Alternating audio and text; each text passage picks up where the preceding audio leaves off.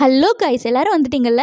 இன்னைக்கு நம்ம பார்க்க போகிறது டே 87க்கான எபிசோடு தான். அதுக்கு முன்னாடி யாரெல்லாம் இன்னும் நம்ம சேனலை சப்ஸ்கிரைப் பண்ணாமல் பார்த்துட்டு இருக்கீங்களோ சட்டுன்னு போயிட்டு சப்ஸ்கிரைப் பண்ணிட்டு வந்துருங்க. லைக் பட்டனை தட்டி விட்டுருங்க. வாங்க வீடியோக்குள்ளே போயிடலாம். ஓப்பன் பண்ணா டே 86 நைட்டு விஷ்ணு, மணி, ரவீனா எல்லாரும் மாயாவை கழுவி ஊற்றிக்கிட்டு இருந்தாங்க.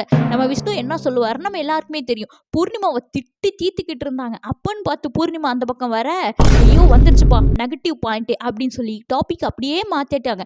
அந்த பூர்ணிமா இவங்க என்ன பேசுகிறாங்க அப்படின்னு சொல்லிட்டு காதை கலட்டி கட்டில் பக்கத்தில் போட்டுட்டு அங்கேயே நின்று ஏதோ வேலை பார்த்துக்கிட்டு இருந்தது. ஒரு வழியாக அந்த பிள்ளையை காண்டாகி கிளம்புனதுக்கப்புறமா ரவீனா இந்த பூர்ணிமாக்கா ஒரு கேம் விளாட்றாங்க. கேம் ஆடலை அப்படின்னு சொல்லிட்டு அவங்க ஒரு கேம் ஆடுறாங்க. மாயாக்காவும் அதே தான் பண்றாங்க. நானா இருக்கேன், நான் நல்லவ அப்படின்னு சொல்லி கேம் ஆடுறாங்க அப்படின்னு சொல்லி பேசிக்கிட்டு இருந்தாங்க. இவங்க பேசினதெல்லாம் பார்த்துட்டு காண்டாயிட்டு பூர்ணிமா நைட்டே பிளான் போட ஆரம்பிச்சிட்டாங்க. மாயா அன்கோ எல்லாரும் ஒண்ணா உட்காந்து நம்ம இதை அப்படியே டாப்பிக்கை மாற்றி விட்டுறணும். எப்படி நம்ம இந்த டான்ஸ் மாரத்தான்ல பழியெல்லாம் தூக்கி ரவீனா மேல போட்டோமோ அதே மாதிரி இப்போ நம்மளாம் தனித்தனியாக விளையாண்டோம். அவங்க கேங்கா விளையாண்டு விஷ்ணு ஜெயிக்க வச்சுட்டாங்க அப்படின்னு நம்ம சனிக்கிழமை சண்டியர்கிட்ட போட்டி விட்டுறணும் அப்படின்னு இப்போவே பிளான் போட ஆரம்பிச்சிட்டாங்க. இதுக்கப்புறமா டே 87 ஸ்டார்ட் ஆச்சு. வேக்கம் சாங்கே நீயே உனக்கு ஈக்குவலானவன் அப்படின்னு சொல்லி பாட்டு போட்டுட்டு இருந்தாங்க. இதுல நம்ம தினேஷும் மணியும் ஆடினாங்க பாருங்க, செம்ம சூப்பரா இருந்துச்சு. கிச்சன் ஏரியால உட்காந்து நம்ம விச்சு மம்மி விஜய் கிட்ட பேசுற மாதிரியே கேமரா முன்னாடி ரெஜிஸ்டர் பண்ணிக்கிட்டு இருக்காங்க. எனக்கு கேமே விளையாட தெரியல, எப்படி நான் இவ்வளவு தூரம் வந்தேன்னே தெரியல அப்படின்னு சொல்லிட்டு ஒண்ணுமே தெரியாத பிள்ளை மாதிரி பேசிக்கிட்டு இருந்தாங்க. இதை வெளியில இருந்து பார்த்தா நம்ம தினேஷ் விஷ்ணுலாம் ஆமா ஒண்ணுமே தெரியாம தான் தினேஷ் அவுட் ஆனா ஓகே அப்படின்னு சொல்லி ஹாப்பியானாங்களாமா. ரெஜிஸ்டர் பண்றாங்க இவங்க கேமரா முன்னாடி அப்படின்னு சொல்லி இவர் பங்குக்கு இங்க திட்டிட்டு இருந்தாரு. நெக்ஸ்ட் டே மார்னிங் டாஸ்கே டிக்கெட் ஆஃப் ஃபினாலில ஃபர்ஸ்ட் ரவுண்ட் நடந்ததுல அதுல நீங்க எப்படி விளையாண்டீங்க, மத்தவங்க எப்படி விளையாண்டாங்க அப்படின்னு சொல்லி ஒவ்வொருத்தவங்களா சொல்லுங்க அப்படின்னு சொல்லி சொன்னாங்க. இந்த டாஸ்கை பார்த்தா மாயாவே ரெடி பண்ண மாதிரி இருந்ததுப்பா. ஏன்னா நேத்திக்கு நைட் தான் இவங்க இதை பத்தி பேசிட்டு இருந்தாங்க. காலையிலேயே இதை பத்தி ஒரு டாஸ்க் வந்திருந்தது அப்படின்னா வேற என்ன சொல்ல முடியும் சொல்லுங்க. இந்த டாஸ்க்ல மாயா அண்ட் பூர்ணிமா பேசினதை கேட்கவே முடியல கைஸ். நாங்களாம் இண்டிவிஜுவலா தான் விளையாடணும், மணி அண்ட் விஷ்ணு தான் குரூப்பா விளையாடினாங்க அப்படின்னு நேற்று நைட்ல என்னென்னலாம் ப்ரிப்பேர் பண்ணி வச்சாங்களோ எல்லாத்தையும் அப்படியே பேசிட்டாங்க. கமல் சார் நீங்க இதை மட்டும் தானே பார்த்துட்டு வீக்கெண்ட் பேசுவீங்க. நம்ம மாயா சொல்றாங்க நான்லாம் செகண்ட் வீக்கே இந்த கேம்லாம் விளையாண்டு முடிச்சிட்டேங்க, இது ரொம்ப கேவலமான கேமு அப்படின்னு சொல்லி பேசிட்டு இருந்தாங்க. மாயா நீங்க மறந்துட்டீங்கன்னு நினைக்கிறீங்க, தட்டு கழுவும் போது பூர்ணிமாட்ட இப்போதான் இந்த ஸ்ட்ராட்டஜியை கண்டுபிடிக்கிறீங்களா அப்படின்னு சொல்லி பேசிட்டு இருந்தீங்க. நிக்சன் கிட்ட எலிமினேஷன் கேம் தான் விளையாடணும் அப்படின்னு சொல்லி ரெஜிஸ்டர் பண்ணீங்க. இதை 1 hour சொல்லியே போட்டு முடிச்சிட்டாங்கப்பா. ஒன்னும் தெரியாம பேசிட்டு இருக்கீங்க ஸ்மால் பாய்ஸ். ஹைலைட்டே நம்ம விஜய் தான் அடிச்சாரு பாருங்க ஜால்ராவா மாயாக்கு. இங்க மணி ஒரு முட்டாள் அப்படின்னு சொல்லி ரெஜிஸ்டர் பண்ணிக்கிட்டு இருந்தாங்க. தம்பி மத்தவங்களாவது பரவாயில்ல ஒன்னும் தெரியாது, நீ வெளியில இருந்து பார்த்துட்டு வந்தும் இப்படி வாழ்க்கையை தொலைச்சிட்டியப்பா. இது முடிச்சதுக்கு அப்புறமா நம்ம பூர்ணிமா மணியை நிக்க வச்சு கேட்டுக்கிட்டு இருந்தாங்க. மணி அவர் பங்குக்கு கேட்டாரு, நான் இண்டிவிஜுவலா இல்ல நீங்க எப்படிங்க சொல்லுவீங்க அப்படின்னு சொல்லிட்டு. அதுக்கு அந்த அம்மா பேசினதே திருப்பி பேசிக்கிட்டு இருந்தது. இதை இந்த பக்கம் உட்காந்து பார்த்துட்டு இருந்த விஷ்ணு அவங்களுக்கு ஒரு பதில் வேணும், அதை மட்டும் சொல்லி விட்டு கிளம்பி வா அப்படின்னு சொல்லிட்டு ஒரு கட்டத்துக்கு மேல வெறியாகி கைய காலெல்லாம் ஆட்டி தனியா பேச ஆரம்பிச்சிட்டாரு. அடுத்ததா மணி விஷ்ணு கிட்ட ஏங்க நான் கரெக்டா தானங்க விளையாண்டேன், 3 பேர் விளையாடும் போது நான் எனக்காக என் முயல தூக்கி அங்க வச்சுக்க முடியும், மாயா அவுட் ஆக்கணும்னு நான் விளையாண்டேன், இதுல என்னங்க தப்பு இருக்கு அப்படின்னு சொல்லி பேசிட்டு இருந்தாரு. உள்ள கிச்சன் ஏரியால நம்ம மாயா போயிட்டு ஏன் இந்த மணியை பத்தி பேசினா ரவீனா டென்ஷன் ஆகுது அப்படின்னு சொல்லி கேட்க, தினேஷ் அதுக்கு தினேஷ் நல்லவன் அப்படின்னு சொன்னா இந்த விசித்ரா மம்மிக்கு காண்டாகும்ல அப்படின்னு சொன்னதும் எனக்குலாம் செம காமெடியா இருந்துச்சுங்க. விச்சு மம்மியே சிரிச்சுக்கிட்டு இதுக்கு இல்லையா சார் ஒரு எண்டு அப்படிங்கிற மாதிரி பேசிட்டு இருந்தாங்க. என்ன மாயா பதனி வந்த வேலை முடிஞ்சிச்சா? நெக்ஸ்ட் டே பாத்ரூம்ல அப்பாடா நேத்திக்கு நம்மளை கதற விட்டாங்க, இன்னைக்கு காலையில நம்ம எல்லாரையும் உதற விட்டோம் அப்படின்னு சொல்லி இந்த நரி கூட்டம் எல்லாரும் கழிச்சுக்கிட்டு இருந்தாங்க, இன்க்ளூடிங் விஜய். இதுக்கப்புறமா பெட்ரூம்ல நம்ம விச்சு மம்மி நேத்திக்கு ரவீனா வெங்காயம் வெட்டுறதுக்காக கூப்பிட்டாங்கல்ல, அதையே ஒரு பஞ்சாயத்தா சொல்லிக்கிட்டு இருந்தாங்க. நேத்திக்கு நான் குளிக்க போயிருந்தேன், அப்போ வெங்காயம் வெட்ட சொல்லி இருந்தது, கடைசியில பார்த்தா நான் சும்மா நின்று பேசிக்கிட்டு இருந்தேனாமா, அதனால கூப்பிட்டாங்களாமா, நான் அவ்வளோ வேலை பார்க்குறேன் அப்படின்னு சொல்லி இந்த பக்கம் பேசிட்டு இருந்தாங்க. ஆக்சுவலி பஞ்சாயத்து என்ன அப்படின்னா, இந்த அம்மா நான் சமைக்கிறேன் அதனால பாத்திரம் கழுவ மாட்டேன் அப்படின்னு சொல்லிடுறாங்களா. ஆனா சமைக்கிறதுக்கும் காய்கறி எல்லாம் வெட்டி வச்சிடணுமா, கிச்சனையும் கிளீன் பண்ண மாட்டாங்களாமா, மேடையும் துடைக்க மாட்டாங்களாமா, சும்மா அள்ளி போட்டு கிண்டிட்டு போயிடுவாங்களாமா.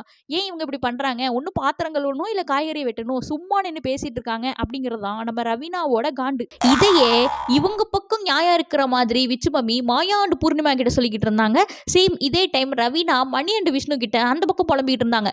3 நாளா பாத்திரம் வளர்க்கலங்க, நான் தாங்க எல்லா காயும் வெட்டிக்கிட்டு இருந்தேன், சமைக்கிறேன்னு சொல்லி எஸ்கேப் ஆயிட்டு இருக்காங்க அப்படின்னு சொல்லிக்கிட்டு இருந்தாங்க. இதுக்கப்புறமா விஷ்ணு, மணி, ரவீனா, தினேஷ் எல்லாரும் உட்காந்துட்டு வெளியிலலாம் போனா நம்மளாம் ஒரு மாதிரி ஜாலியாக செட் ஆயிடுவோம்னு நினைக்கிறேன், ஆனா அவங்க எல்லாம் சும்மா அவங்களுக்குள்ளேயே அவங்க அவங்க பேசிக்க மாட்டாங்க, அதுல அந்த நிக்சன் இருக்கா பாருங்க ஃபுல் நெகட்டிவ், அவனோடலாம் யாரும் சேர மாட்டாங்க அப்படின்னு சொல்லி பேசிட்டு இருந்தாங்க. கைஸ் இது 100% ட்ரூ. இப்போ வந்து ஃப்ரெண்டு ஃப்ரெண்டு அப்படின்னு சொல்லிக்கிட்டு இருக்க யாரும் நிக்சனை வெளில போனதுக்கு அப்புறமா கூடயே சேர்த்துக்க மாட்டாங்க. நம்ம ரவீனா கரெக்டா ஒரு பாயிண்ட் சொன்னாங்க. இதுக்கு முன்னாடி சீசன்லலாம் ஒரு ஆள் வெளில போனா எல்லாரும் ஃபீல் பண்ண ஆரம்பிச்சிருவாங்க, இந்த சீசன்ல மட்டும்தான் ஒரு ஆள் வெளில போனா ஒரு டிக்கெட் போயிருச்சுன்னு சொல்லி சந்தோஷப்படுறாங்க அப்படின்னு சொன்னாங்க. விக்ரம் போகும்போது எனக்கும் இதே ஃபீல் தான் ஆச்சு. 15 வாரம் இருந்திருக்கான், 14 வாரம் இவங்க கூட தான் இருந்திருக்கான், இருக்கிற வரைக்கும் நல்லா யூஸ் பண்ணிட்டு போனதுக்கு அப்புறமா கொஞ்சம் கூட கண்ணீர் விடலங்க அவங்க யாரும். Toxic gang. Next ticket of finale second round நடந்தது. ஸ்னேக் அண்ட் லேடர், அதான் அந்த டைஸ் மாதிரி ஒரு டாஸ்க் வச்சிருந்தாங்க. பிக் பாஸ் இதெல்லாம் ஒரு டாஸ்கா? இது டிக்கெட் ஆஃப் ஃபினாலேயா இல்லை லக்கி ட்ராவா? இப்படிலாம் வந்து டாஸ்க் வச்சுட்டு இருக்கீங்க. இதில் வந்து க்ரீன் கார்டு ரெட் கார்டு அப்படின்னு சொல்லி 2 கார்டு வருமா, க்ரீன் கார்டில் வரதை வந்து நம்ம செய்யணுமா, ரெட் கார்டில் வரது வந்து அடுத்தவங்களை செய்ய வைக்கணும் அப்படின்னு சொல்லி சொன்னாங்க. டாஸ்க் ஆரம்பிச்சிச்சு. நம்ம ரவீனாக்கு எடுத்ததுமே செம்ம பவரான கார்டு கச்சிச்சுப்பா, ரெட் எலிமினேஷன் கார்டு. அதை வச்சு அது யாரை வேணா எலிமினேட் பண்ணியிருக்கலாம், ஆனால் அது விஷ்ணு எலிமினேட் பண்ணி விட்டுருச்சு. இந்த பிள்ளைக்கு மண்டையில பிரச்சனைன்னு நினைக்கிறேன். ஏற்கனவே இப்படிதான் ஸ்டார் டாஸ்கில் விஷ்ணுவையும் தினேஷை எலிமினேட் பண்ணி விட்டது, மாயா கேங் ஜெயிச்சது. அதே மாதிரியே இப்போ விஷ்ணு எலிமினேட் பண்ணி விட்டுருச்சு. ஆனால் நிக்சன் வந்துட்டு அவருக்கு கார்டு வந்த உடனே மணி அண்ட் ரவீனாவை தான் ஃபர்ஸ்ட் எலிமினேட் பண்ணாரு. நம்ம மாயா கேங் எல்லாருமே வந்து இந்த மணி ரவீனா விஷ்ணு வந்து ஜெயிக்கவே கூடாது அப்படிங்கிறதுல ஸ்ட்ராங்கா இருக்காங்கப்பா. தினேஷை கூட கடைசி வரைக்கும் விட்டாங்க, ஆனா இவங்க 3 பேருமே அடிச்சு துரத்தி விட்டாங்க. பிக் பாஸ் இருக்காரு பாருங்க, அவர் எல்லாத்துக்கும் மேல. இவங்க 3 பேர் எலிமினேட் ஆன உடனே எலிமினேஷன் கார்டே எலிமினேட் பண்ணி விட்டாங்க. ஏன் பிக் பாஸ் யாருக்கு கொடுக்கணும்னு நினைக்கிறீங்களோ இந்த டிக்கெட்டை கொடுத்துருங்களேன், உங்களை யாரு கேள்வி கேட்க போறா? எதுக்கு சும்மா கண் துடைப்புக்கு டாஸ்க்லாம் வச்சுக்கிட்டு இருக்கீங்க? இந்த கேம்ல எனக்கு ரொம்ப பிடிச்சிருந்தது நம்ம விச்சுமம்மியும் தினேஷும் மாத்தி மாத்தி வாரிக்கிட்டது தான். எந்த காரணத்தை கொண்டும் தினேஷ் ஜெயிச்சிடவே கூடாது அப்படின்னு நம்ம விச்சுமம்மி கிடைக்கிற சான்ஸ்லாம் தினேஷை வந்து வாரி வாரி விட்டுக்கிட்டு இருந்தாங்க. லாஸ்டா இந்த டாஸ்கோட எண்டில் Nixen first prize, second Maya, third place goes to Poornima. பிரமாதம்ல. இதுக்கப்புறமா விஷ்ணு தினேஷ் ரவீனா எல்லாரும் கேமை பத்தி கிச்சன் ஏரியால டிஸ்கஸ் பண்ணிக்கிட்டு இருந்தாங்க. வெளியில இந்த மாயா கேங்கு ஜெயிச்சும் நிம்மதி இல்லப்பா, இதை பத்தியே புலம்பிக்கிட்டு இருந்தாங்க. பாயிண்ட் டேபிள் பார்த்தா ஃபர்ஸ்ட் பிளேஸ்ல நிக்சன் இருக்காரு 4 பாயிண்ட்ஸ்ல, செகண்ட் பிளேஸ்ல மாயா அண்ட் விஷ்ணு இருக்காங்க, தேர்ட் பிளேஸ்ல நம்ம பூர்ணிமா அண்ட் மணி இருக்காங்க, ஃபோர்த் பிளேஸ்ல தினேஷ் இருக்காரு. போற போக்கு பார்த்தா நம்ம நிக்சன் ஜெயிச்சு ஃபைனலிஸ்ட் ஆயிடுவார் போல இருக்கே. கார்டன் ஏரியாவில் உட்காந்து இந்த மாயா அண்ட் கோயிலாரும் கேமை பற்றி பேசிக்கிட்டு இருந்தாங்க. பூர்ணிமா அப்போ விச்சுமம்மி கிட்ட நீங்கள் வந்து என்னை தான் முன்னாடி அனுப்புவீங்கன்னு பார்த்தேன், நிறைய தடவை நிக்சனை வந்து முன்னாடி அனுப்பதான் நீங்கள் ட்ரை பண்ணிக்கிட்டு இருந்தீங்க அப்படின்னு சொல்ல, அது கேவலமான ஸ்ட்ராட்டஜி, நான் அதை பண்ண மாட்டேன் அப்படின்னு சொல்லி விச்சுமம்மி சொன்னாங்க. இதில் மாயா அண்ட் பூர்ணிமா மூஞ்சே மாறிடுச்சு. பூர்ணிமா வந்து அப்போ எதுக்குங்க நீங்கள் விளையாட வந்தீங்க அப்படிங்கிற மாதிரி நம்ம விச்சுமம்மி கிட்ட கொஸ்டின் கேட்டுக்கிட்டு இருந்தாங்க. இந்த ஆர்குமெண்ட் ரொம்ப நேரம் போயிட்டு இருந்தது. ஒரு கட்டத்துக்கு அப்புறம் தான் தெரிஞ்சிச்சு இந்த பூர்ணிமாக்கு என்ன காண்டு அப்படின்னா நிக்சன் ஜெயிச்சது அப்படிதான். என்னதான் கேங்ல நிக்சனை வச்சிருந்தாலும் இவங்க மாயா இல்ல இவங்க வின் பண்ணணும் அப்படிங்கறதெல்லாம் குறியா இருக்காங்க. இவங்க கேங்ல ஒரு ஆள் ஜெயிக்கிறதே இவங்களால ஏத்துக்க முடியல. பட் நிக்சன் வந்ததுக்கு அப்புறமா திரும்பி இவங்க இது ரொம்ப ஃபேர் கேம் இல்ல அப்படிங்கிற மாதிரி அப்படியே மாத்தி பேச ஆரம்பிச்சிட்டாங்க. நம்ம ரவீனா வந்துட்டு வைத்தறிச்சல் பிடிச்சவங்களா அப்படின்னு சொல்லி கத்திக்கிட்டு இருந்தாங்க.